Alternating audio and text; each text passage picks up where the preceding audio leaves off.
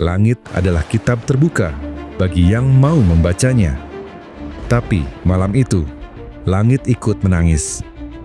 Pada sebuah malam kelam di pesisir utara Sumatera, tahun 1892, api menjilat tinggi di halaman depan sebuah bangunan tua yang dulu dikenal sebagai Balai Pustaka Samudra Pasai.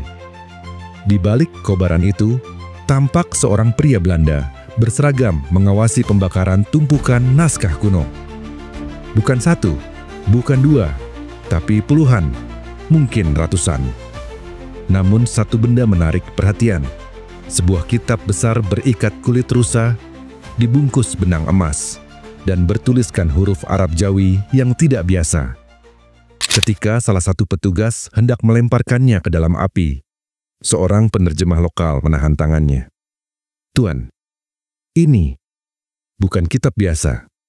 Sang perwira hanya menatap, lalu memberikan anggukan dingin. Kitab itu dilempar ke dalam api. Beberapa saksi malam itu mengaku mendengar suara seperti gema yang bergaung dari langit, bukan dari bumi. Ada yang percaya kitab itu adalah kunci pengetahuan langit yang diwariskan oleh ulama-ulama besar Samudra Pasai. Tapi malam itu, ia musnah, dan sejarah pun ikut terkubur dalam abu. Namun, benarkah musnah? Jika itu hanya kitab agama atau sejarah kerajaan, kenapa Belanda tidak sekadar menyimpannya di Batavia? Kenapa harus dibakar? Belanda bukan sekadar penjajah tanah, mereka juga pemburu pengetahuan. Di banyak wilayah jajahannya, mereka menyimpan manuskrip, naskah, dan artefak untuk dikirim ke Leiden. Tapi untuk kitab ini, mereka takut. Takut apa yang ada di dalamnya. Takut ia dibaca oleh orang yang salah. Dokumen internal kolonial yang ditemukan di Belanda 80 tahun kemudian menyebutkan kode Manuscripta Interdictum A9 Langit. Apa arti langit di sana? Apakah itu hanya nama sandi atau petunjuk isi kitab tersebut? Salah satu deskripsi menyebut berisi kosmologi tidak sejalan dengan sains modern, perhitungan langit, peta bintang, dan ramalan yang tidak boleh tersebar. Dan dari sini, pertanyaan besar pun muncul. Apakah kitab itu mengandung ilmu astronomi kuno yang tidak seharusnya dimiliki oleh bangsa terjajah? Kitab itu konon ditulis pada masa Sultan Malikusaleh, raja pertama Samudra Pasai. Ia bukan hanya peletak dasar kerajaan Islam pertama di Nusantara, tetapi juga pendiri sebuah pusat ilmu pengetahuan berbasis Islam yang terhubung ke Timur Tengah dan India. Banyak ulama yang datang membawa ilmu langit, ilmu falak, navigasi, dan pemetaan bintang. Salah satu di antaranya dikenal dengan nama yang nyaris terhapus dari sejarah. Syekh Rauf Al-Fansuri, seorang tokoh spiritual dan ilmuwan langit dari Aceh yang meninggalkan jejak tulisan tentang kompas bintang. Legenda lokal menyebut bahwa Syekh Rauf menulis sebuah kitab untuk membaca langit dan menaklukkan laut. Dan ketika Belanda menemukan kitab itu, mereka tahu ini bukan sekadar artefak. Ini senjata ilmu pengetahuan yang bisa menyadarkan bangsa terjajah tentang siapa mereka sebenarnya. Puluhan tahun kemudian, seorang peneliti muda, aku, menemukan sisa hangus dari lembaran kitab itu di antara koleksi museum yang terlupakan. Warnanya gelap, bau gosong masih terasa. Tapi di balik noda arang itu, satu simbol kecil menyala samar. Sebuah bintang 8 sudut mengelilingi huruf-huruf Arab yang membentuk kata Al-Hikmah. Aku tidak tahu apa yang sebenarnya kutemukan. Tapi sejak hari itu, mimpi-mimpiku berubah. Aku seperti melihat langit malam dengan pola aneh, bukan rasi bintang yang biasa ku pelajari. Seperti ada sesuatu yang menunggu untuk diungkap apa yang sebenarnya dibakar. Dan apakah semuanya benar-benar hilang? Seseorang menghubungiku secara anonim. Hanya satu kalimat dikirimkan ke emailku. Kitab itu tidak hilang. Kau hanya belum mencarinya di tempat yang tepat. Sertakan koordinat. Sebuah titik di utara Aceh. Lokasinya di bawah sebuah masjid tua yang hampir roboh, yang dibangun pada abad ke-15. Dan di sanalah semuanya akan dimulai. Masjid itu berdiri bisu, di peluk sunyi, di sebuah desa terpencil yang bahkan Google Maps pun tak bisa menjangkaunya. Kubahnya retak, menara kayunya dimakan waktu. Tapi fondasinya, entah bagaimana, masih kokoh, seolah menolak punah. Aku datang bersama seorang kawan arkeolog dan 2 warga lokal yang dimintai bantuan. Di bawah lantai masjid, setelah membuka celah dari papan tua yang bergeser sendiri, seperti memberi jalan, kami menemukan tangga batu menurun, menyusuri perut bumi. Suasananya lembab, berdebu, dan di ujungnya, sebuah ruang kecil berdinding batu. Dan di tengah ruang itu, tergeletak sebuah peti kayu jati, terkunci.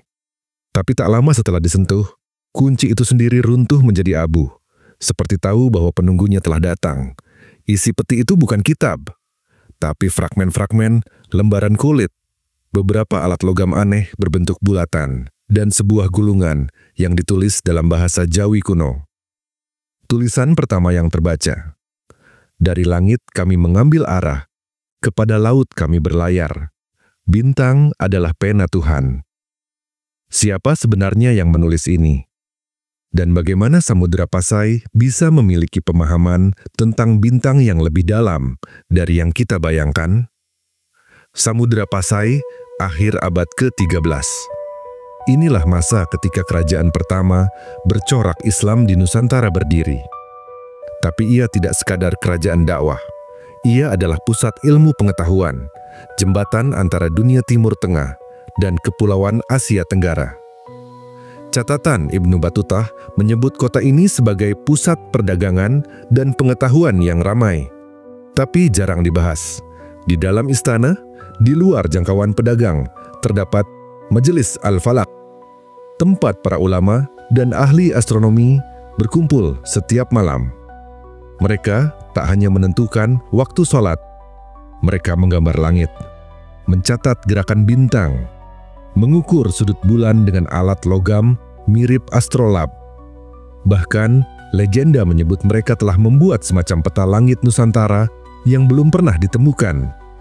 Ada satu nama yang selalu muncul di teks-teks tua, Syekh Abu Makmun Al-Pasai, seorang ilmuwan falak yang dipercaya pernah belajar langsung di Kairo dan membawa pulang ilmu langit yang disesuaikan dengan arah angin Laut Jawa. Salah satu alat logam yang ditemukan di dalam peti itu mirip cakram, berlubang-lubang dan bertuliskan angka serta simbol Arab. Di sekelilingnya terukir 8 arah mata angin dan bintang-bintang. Profesor dari universitas tempatku berkonsultasi menyebut ini sebagai varian lokal astrolabe, tetapi dengan sistem pengukuran yang tidak sesuai standar Arab klasik. Ini luar biasa, katanya. Seolah mereka menyelaraskan bintang-bintang dengan rasi yang hanya bisa dilihat dari garis khatulistiwa. Ini ilmu astronomi, tapi bercampur navigasi dan spiritualitas lokal. Artinya, alat ini bukan hanya alat ilmiah, ia juga memiliki makna religius. Bintang tidak hanya menunjukkan arah, tapi menyambungkan manusia dengan Sang Pencipta. Dan disitulah letak kekuatan Samudra Pasai. Di saat Eropa masih bergulat dengan dogma dan larangan gereja soal heliosentrisme, Samudra Pasai mengajarkan rakyatnya untuk membaca langit sebagai bagian dari iman. Tapi kejayaan itu tak bertahan lama. Seiring runtuhnya pengaruh kerajaan dan masuknya kekuatan asing, banyak catatan hilang, dibakar, atau ditulis ulang. Ketika Belanda datang, mereka tidak menganggap ulama sebagai ancaman fisik, tapi ancaman ideologis. Karena ulama di Samudra Pasai bukan hanya pengajar agama, mereka penjaga pengetahuan, ilmuwan, pelaut, bahkan perancang sistem kalender maritim yang memungkinkan kapal-kapal berlayar mengikuti musim dan arah bintang dengan akurasi tinggi. Kolonialisme tidak hanya menjajah tanah, tapi juga menghapus peta langit bangsa ini. Dan mungkin inilah alasan kenapa kitab itu harus dibakar. Pertanyaannya sederhana, Kenapa Belanda takut pada ilmu bintang? Karena di balik setiap bintang yang ditunjuk oleh para ulama Samudra Pasai, tersembunyi kemampuan untuk membebaskan diri. Dalam kitab itu tersirat semacam rute spiritual dan geografis, peta langit yang dikodekan untuk menunjukkan arah laut, arah waktu, dan mungkin lebih dari itu. Beberapa potongan teks menyebut frasa, langit dan laut bersatu, maka lahirlah jalan pulang yang tidak diketahui oleh bangsa asing. Apakah ini metafora? Atau semacam rute pelarian rahasia dari penjajahan? Satu hal pasti, ilmu langit di Nusantara pernah hidup, dan ia dimatikan bukan karena tak berguna, tapi karena terlalu berbahaya untuk dibiarkan hidup. Belanda datang bukan hanya membawa senapan dan bendera. Mereka datang dengan formulir dan daftar isi kepala. Inilah senjata mereka yang paling sunyi, sensus kebudayaan. Setiap manuskrip didata, setiap kitab dinilai, setiap naskah diberi label, berguna untuk kolonial atau harus dimusnahkan. Sebuah catatan tahun 1893 menyebut ekspedisi ke beberapa pesantren tua di wilayah Aceh Timur, termasuk peninggalan Samudra Pasai. Dalam laporan itu tertulis dingin, ditemukan sejumlah manuskrip yang tidak relevan dengan kepentingan administrasi. Beberapa mengandung unsur fatalistik dan dogma maritim. Direkomendasikan untuk disingkirkan. Disingkirkan adalah kata yang terlalu sopan, karena kenyataannya mereka membakarnya. Tapi pembakaran ini bukan asal-asalan. Mereka memilih. Manuskrip pertanian disimpan. Kitab tafsir didata. Tapi naskah-naskah yang menyebutkan rasi bintang, pergerakan langit, dan arah rahasia lautan ditumpuk di halaman masjid lalu dibakar. Dan malam itu, api berkobar. Bukan karena kertas, tapi karena ketakutan. Dalam arsip Belanda yang kemudian bocor, ada satu kalimat yang menjadi titik balik bagi penyelidikan kami. Tertulis dalam bahasa Belanda tua. Buku yang tidak boleh dibaca adalah buku yang tidak boleh dibiarkan ada. Mereka percaya, jika orang-orang lokal tahu bahwa leluhur mereka lebih dahulu membaca langit, membuat kompas sendiri, dan mampu memetakan musim tanpa teknologi barat, maka bangsa ini akan menolak tunduk. Inilah kejahatan sesungguhnya dari kolonialisme. Bukan hanya perampasan tanah, tapi penghancuran harga diri peradaban. Kitab itu bukan hanya simbol ilmu, tapi bukti bahwa Samudra Pasai dan mungkin kerajaan-kerajaan Islam lainnya pernah berdiri setara dengan Andalusia dan Baghdad dalam satu hal, membaca langit sebagai ilmu dan iman. Dan bagi penjajah, itu terlalu membahayakan. Ada satu ekspedisi rahasia yang disebut dalam laporan militer Belanda tahun 1905, bertanda kepentingan tinggi Hindia. Lokasinya di Hokseumawe. Tujuannya, mengambil dokumen yang tersisa sebelum dimanfaatkan oleh pemberontak. Dokumen apa? Dari kesaksian keturunan ulama tua yang kami temui, mereka berbicara tentang satu kitab besar disimpan di ruang dalam masjid yang hanya dibuka oleh guru besar setiap kali datang gerhana. Waktu gerhana, langit seolah diam, kata si kakek. Matanya kosong menatap langit. Saat itulah para guru membuka kitab itu untuk membaca peringatan dari langit. Kitab ini tidak hanya berisi perhitungan, tapi kode, simbol-simbol, dan entah bagaimana ramalan tentang angin yang akan datang, tentang pasukan yang mendarat, tentang tanah yang akan membara. Dan Belanda takut bukan pada isi kitab itu, tapi pada orang-orang yang percaya padanya. Pernahkah kamu membayangkan bahwa dalam sebuah perang, musuh utamanya bukan senjata, tapi lembaran tua yang ditulis tangan? Begitulah yang terjadi. Pada tahun 1911, Belanda membentuk Komisi Kebudayaan dan Keyakinan Lokal. Mereka mendatangi surau-surau, menanyai guru-guru, dan mengumpulkan naskah kuno. Namun saat mereka membuka beberapa kitab tua, mereka tidak menemukan ayat atau doa. Mereka menemukan perhitungan waktu, peta langit lokal, dan metode navigasi dengan rasi bintang selatan, yang bahkan ilmuwan Eropa belum petakan waktu itu. Itu bukan ilmu biasa. Itu ancaman. Karena itu berarti nenek moyang bangsa ini pernah menatap langit dan berkata, "Kami tahu jalan pulang meski dunia gelap." Dan karena itulah, setiap halaman yang berbicara tentang langit dihapus dari sejarah. Salah satu saksi yang pernah melihat pembakaran kitab di masa muda adalah seorang nenek yang tinggal tak jauh dari reruntuhan benteng tua. Di usia 90-an, dia masih mengingat malam itu. Saya dengar suara bapakku berdoa keras-keras di halaman masjid. Lalu terdengar suara api dan tangisan. Bapaknya adalah seorang imam kecil, penjaga kitab tua yang disimpan turun-temurun. Ketika pasukan kolonial memintanya menyerahkan naskah itu, ia menolak.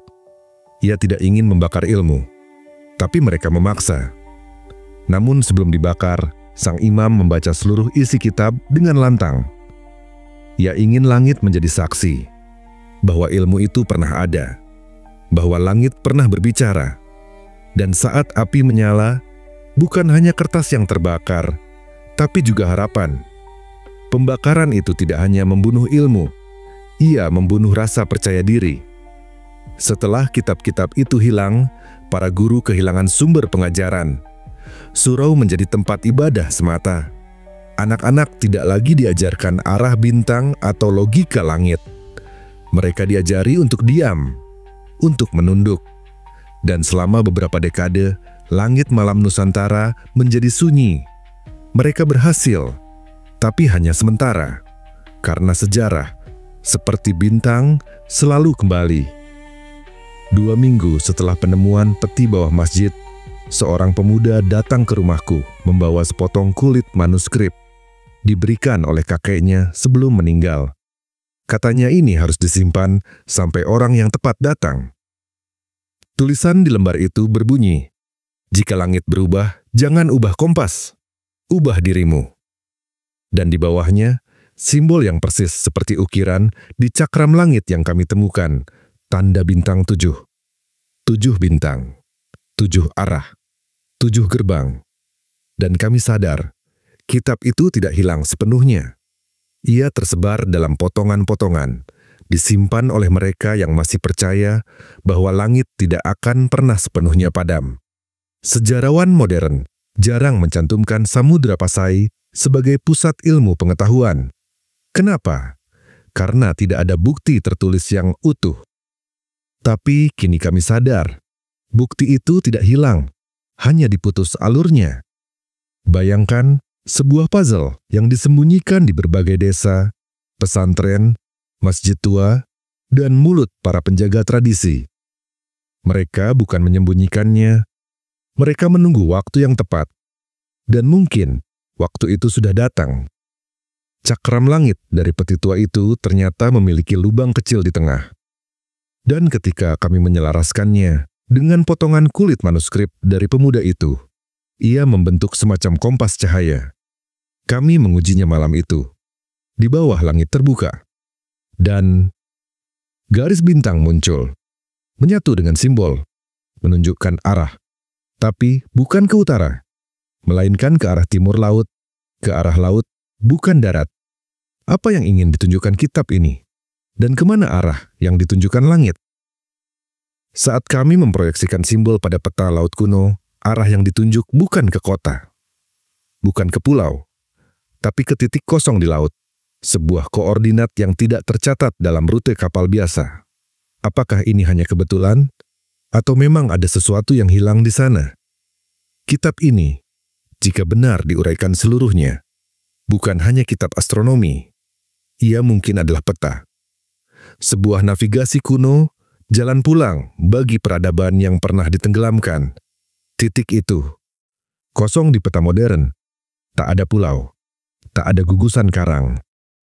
Tapi saat kami cocokkan dengan peta laut VOC tahun 1641, di lokasi yang sama, ada sebuah tanda samar, tak bertulisan, hanya sebuah simbol melingkar dengan coretan tangan verboden terrain. Daerah terlarang, siapa yang melarang, dan kenapa? Semua mengarah ke satu hal.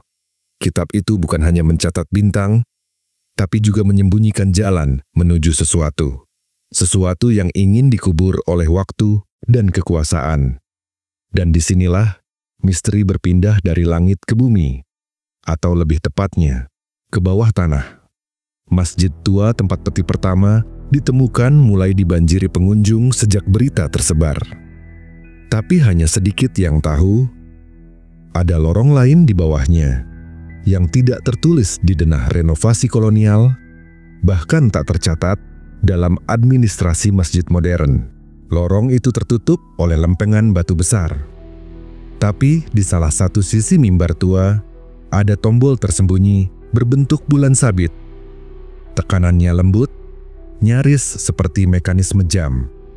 Dan saat kami mencobanya, terdengar klik yang sangat pelan. Lempengan batu bergerak, menyingkap mulut lorong gelap, bau tanah dan kayu tua menguar. Dan saat kami turun perlahan, kami melihat rak-rak kosong, dinding kayu lapuk. Tapi di ujung lorong itu, ada satu kotak kayu hitam yang tidak disentuh rayap. Di atasnya tergurat huruf Arab gundul. Untuk generasi yang percaya bahwa langit bukan hanya milik Tuhan, tapi juga pesan darinya. Kami tahu, inilah salinan yang disembunyikan, bukan untuk dilindungi dari penjajah, tapi untuk disampaikan kepada masa depan. Kami membuka kotak itu dengan tangan bergetar. Di dalamnya bukan satu buku utuh, tapi lembaran-lembaran kering, dilapisi daun lontar tua, dilindungi lilin lebah, dengan coretan tinta alami yang luar biasa awet. Halaman pertama tidak berisi doa, tapi peta bintang dengan simbol rotasi waktu. Simbolnya mirip seperti yang ditemukan dalam manuskrip Voynich, misterius, melingkar, berulang, dan rumit. Di tepinya tertulis, bulan keempat, saat air rendah, bintang akan membuka gerbang. Lembar selanjutnya menggambarkan konstelasi yang hanya bisa terlihat dari garis lintang tertentu, yakni wilayah Laut Andaman ke arah barat Aceh. Dan lembar terakhir membuat bulu kuduk kami meremang.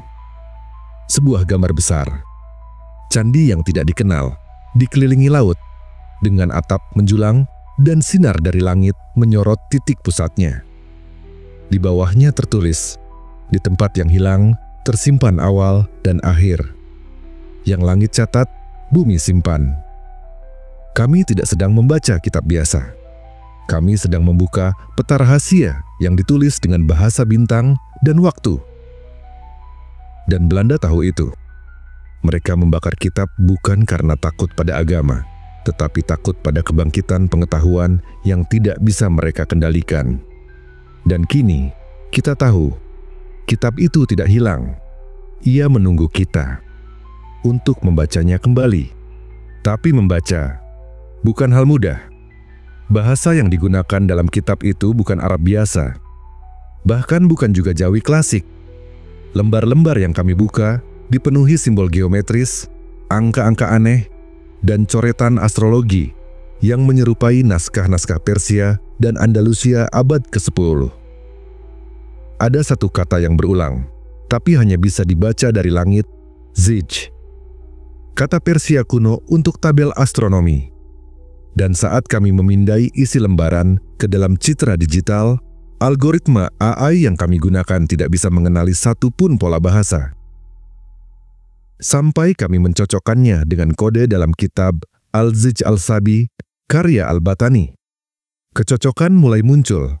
Kami sadar, kitab Langit Samudra Pasai adalah Zij lokal, sebuah sistem tabel astronomi Nusantara yang disusun berdasarkan pengamatan bintang, musim, dan gerakan laut. Dan lebih dari itu, ada catatan yang membuat napas kami tercekat. Waktu akan runtuh jika titik cahaya muncul 3 kali di atas arah kiblat dalam bulan yang tak bernama. Saat itulah jalur akan terbuka. 3 kali titik cahaya. Apakah ini catatan gerhana? Atau sesuatu yang hanya bisa terlihat dengan alat khusus? Halaman ke-17 membuat kami terdiam. Tergambar di sana sebuah alat bundar dengan jarum dan lingkaran angka, sangat mirip astrolab, alat kuno untuk mengukur posisi bintang. Tapi berbeda dengan versi dari Arab atau Eropa, alat ini memiliki dua lapisan rotasi, satu menunjukkan arah bulan, dan satu lagi memperhitungkan arus laut. Satu lembaran menyebut nama Al-Falaq Qiblatan. Langit ganda, bisa menunjuk arah salat sekaligus waktu terbaik pelayaran.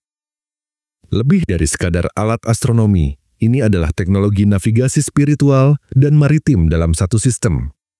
Sebuah kompas surgawi bisa dibilang. Dan tiba-tiba segalanya mulai masuk akal. Mengapa Belanda membakar kitab ini? Karena ia bukan sekadar manuskrip keagamaan. Ia adalah bukti bahwa peradaban Samudra Pasai telah menciptakan alat bantu orientasi bintang dan laut. Bahkan sebelum Galileo menciptakan teleskop. Jika bangsa ini memiliki pengetahuan seperti ini sejak abad ke-13, maka narasi kolonial membawa ilmu pengetahuan akan runtuh. Dan itulah yang tak bisa diterima oleh penjajah. Kitab ini bukan hanya menunjukkan langit, ia menunjukkan kemandirian. Kemandirian untuk membaca alam. Untuk membaca waktu, untuk tidak dijajah. Dan sekarang kami melihatnya bukan sebagai peninggalan masa lalu, tapi sebagai senjata masa depan jika kita berani membacanya dengan benar. Dan justru karena itulah Belanda membakarnya. Tahun 1873, serangan ke Kesultanan Aceh dimulai bukan hanya dengan meriam dan mesiu, tapi dengan daftar ulama, manuskrip, dan kitab-kitab tua yang harus diamankan atau dimusnahkan. Dalam dokumen arsip militer Belanda yang jarang dibuka, untuk umum tertulis perintah, hilangkan akar ideologis dan pengetahuan lokal yang bisa mendorong perlawanan. Yang dibidik bukan hanya kekuasaan politik, tapi kemampuan berpikir mandiri. Ilmu langit yang diwariskan dari generasi ke generasi dianggap berbahaya, terlalu canggih, terlalu sulit dikontrol. Bayangkan, jika rakyat Nusantara tahu bahwa leluhurnya telah membaca bintang dan musim ratusan tahun sebelum Eropa, melirik Galileo, apa yang akan terjadi? Mereka takkan pernah mau tunduk. Mereka akan tahu, kita bukan bangsa tertinggal. Kita bangsa yang dilumpuhkan dengan sengaja. Aceh bukan satu-satunya. Tahun 1830-an di Jawa, ribuan manuskrip Keraton Surakarta dan Yogyakarta disita dan dikirim ke Leiden. Beberapa dibakar, beberapa dibawa pulang sebagai hadiah ilmiah. Bahkan ada laporan pembakaran kitab langit di Gresik dan Banten dengan dalih memberantas ajaran takhayul. Lalu di Sulawesi Selatan, kitab astronomi Lagaligo nyaris hilang selamanya. Dan di Kalimantan, naskah tentang perjalanan roh mengikuti bintang dianggap sesat dan dihancurkan oleh misionaris. Semuanya menunjukkan pola. Dimanapun ada ilmu pribumi yang tak bisa dipahami oleh logika kolonial, maka ia akan dibungkam, jika perlu, dengan api. Bukan hanya pembakaran fisik, tapi juga penghapusan memori kolektif. Tahun 1901, Profesor H.C. Kern, ahli filologi Belanda, menulis surat pribadi yang baru ditemukan pada 2013 di Utrecht. Dalam surat itu, ia menyebut, beberapa naskah di Aceh menunjukkan pola perhitungan waktu berdasarkan gerakan bintang, mirip dengan sistem Islam Persia. Jika hal ini tersebar, sejarah ilmiah bangsa kami akan dipertanyakan. Ini bukan pernyataan ilmiah. Ini adalah pengakuan rasa takut. Belanda takut bukan karena Nusantara primitif, tapi karena Nusantara terlalu maju. Mereka datang untuk berdagang, tapi mereka tinggal karena tahu kita punya sesuatu yang lebih dari sekadar rempah. Apa yang membuat kitab itu terlalu canggih? 1. Ia menyatukan iman dan logika. Dalam budaya barat yang sekular saat itu, sains dan agama adalah dua kutub berlawanan. Tapi kitab langit Samudra Pasai menyatukannya dalam satu instrumen navigasi spiritual dan ilmiah. 2. Ia membuka kemungkinan bahwa pelaut Nusantara telah menjelajah Samudra Hindia jauh sebelum Vasco da Gama. 3. Ia melampaui batas pengetahuan koloni. Belanda datang dengan kompas. Tapi kita sudah punya bintang sebagai petunjuk arah. Kitab itu bukan cuma ancaman ilmiah, ia ancaman ideologis. Karena selama rakyat percaya pada langitnya sendiri, mereka takkan tunduk pada peta penjajah. Coba ingat kembali pelajaran sejarah di sekolah. Berapa banyak yang kamu pelajari tentang ilmu pengetahuan di Kerajaan Islam Nusantara? Apakah kamu tahu bahwa ulama-ulama Samudra Pasai menulis tentang fase bulan dan waktu salat dengan metode trigonometri? Apakah kamu diajarkan bahwa navigasi laut kita tidak hanya berdasar insting, tapi perhitungan presisi? Tidak. Yang diajarkan adalah kita dibawa ke era modern oleh Barat. Bahwa sebelum kolonial, kita masih gelap. Bahwa bangsa kita dijajah untuk diperadabkan. Tapi kebenaran yang ditemukan dalam Abu Kitab Langit itu berkata lain. Kita tidak dijajah karena lemah. Kita dijajah karena kuat. Karena kita sudah memiliki sesuatu yang bahkan mereka belum punya. Dan mereka takut. Dan ketakutan itu melahirkan keputusan paling brutal dalam sejarah penjajahan, penghapusan ingatan. Ketika sebuah bangsa melupakan apa yang pernah dimilikinya, maka ia akan menerima apapun yang diberikan padanya, bahkan jika itu rantai. Belanda tahu itu.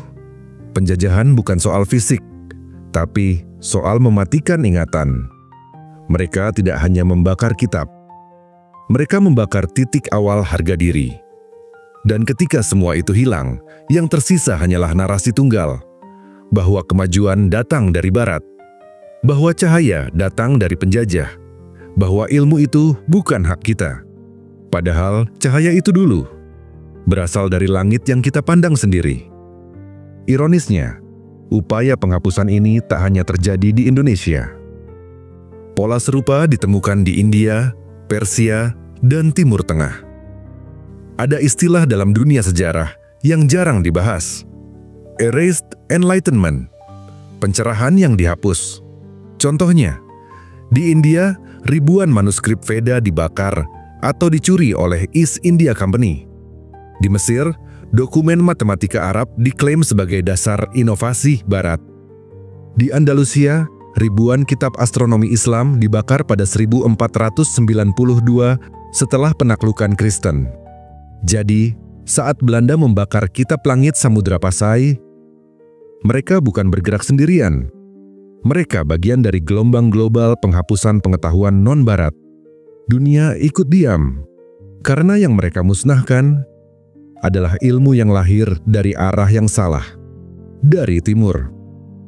Logika mereka sederhana. Jika kita tidak tahu bahwa kita pernah punya bintang, mengapa kita harus mencarinya kembali? Mereka tidak perlu menutupi kebenaran dengan kekerasan. Cukup biarkan generasi demi generasi tumbuh tanpa rasa ingin tahu. Cukup ajarkan di sekolah bahwa tokoh besar datang dari Eropa. Cukup tampilkan bintang hanya sebagai dekorasi, bukan petunjuk jalan. Cukup ubah masjid menjadi tempat ritual, bukan pusat perhitungan waktu. Maka, dalam satu abad, kita akan lupa. Dan mereka berhasil. Tapi bagaimana jika ada satu orang, satu generasi, yang mulai bertanya, apa sebenarnya yang telah kita lupakan? Langit tidak pernah berbohong.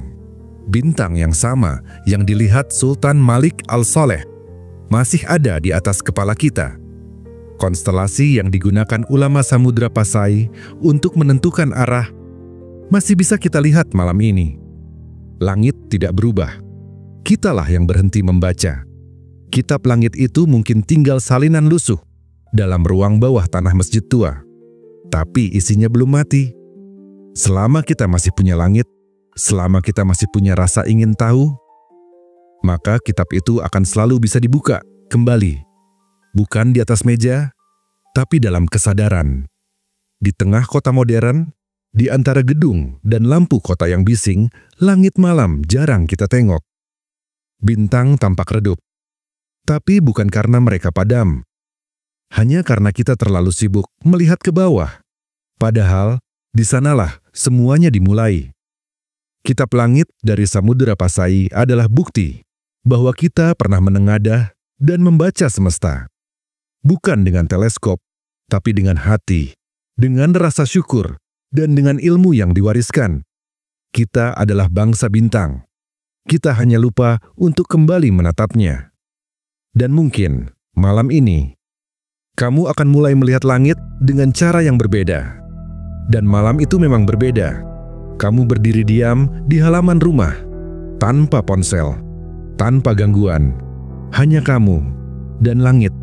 Untuk pertama kalinya sejak lama, kamu melihatnya bukan sebagai ornamen, tapi sebagai bahasa, sebagai kitab, sebagai warisan.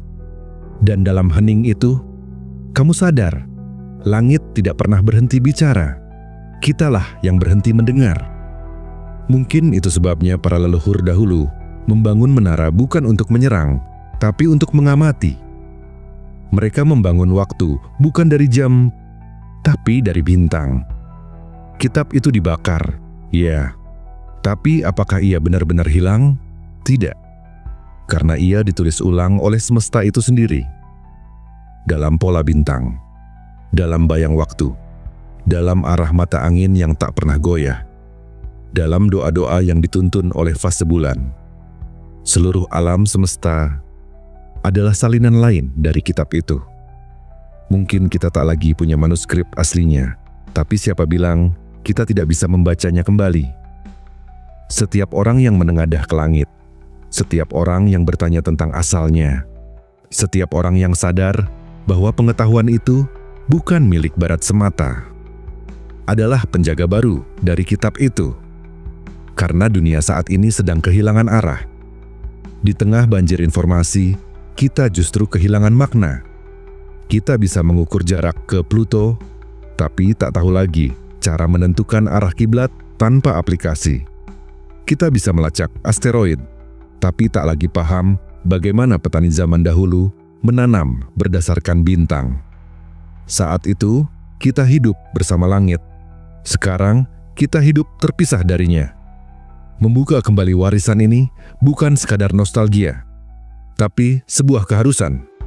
Karena mungkin jawaban untuk masa depan justru tersembunyi dalam kebijaksanaan masa lalu. Kita tidak butuh seluruh dunia. Cukup satu generasi yang mau bertanya, apa yang dulu kita tahu, tapi kini dilupakan? Kenapa penjajah takut dengan ilmu kita? Apa yang bisa kita kembalikan? Bukan ke museum, tapi ke kehidupan. Generasi yang sadar bahwa kitab langit bukan untuk diteliti, tapi untuk diresapi. Generasi yang tak mencari kebanggaan di masa lalu, tapi mencari cahaya darinya untuk menerangi masa depan. Dan jika kamu membaca ini, mungkin kamu adalah bagian dari generasi itu. Kamera perlahan naik, melewati atap rumah, melewati kabel listrik, menara BTS, dan gedung-gedung kaca. Naik lagi, hingga hanya ada langit yang penuh bintang. Langit yang sama yang dilihat oleh nenek moyangmu. Langit yang sama yang ditulis dalam kitab yang dibakar. Langit yang kini menunggu untuk dibaca kembali. Satu bintang berkedip, lalu dua. Lalu seakan seluruh semesta berbisik, langit adalah kitab terbuka bagi yang mau membacanya. Layaknya huruf-huruf kuno yang terukir dalam cahaya. Layaknya pesan rahasia yang belum pernah benar-benar terhapus. Dan di balik semuanya, tinggal satu pertanyaan. Apakah kamu siap membuka halaman pertamanya? Layar gelap. Terdengar bisikan angin dan derik malam. Muncul satu kalimat. Kitab itu tidak pernah hilang, hanya menunggu dibaca kembali. Terima kasih telah mendengarkan kisah ini sampai selesai. Semoga teman-teman semua terhibur dan menyukainya. Jika teman-teman ingin mendengar kisah-kisah menarik lainnya, jangan lupa untuk like, komen, dan subscribe. Dukung terus channel ini agar lebih berkembang dan memberikan konten-konten menarik lainnya. Labirin Kisah.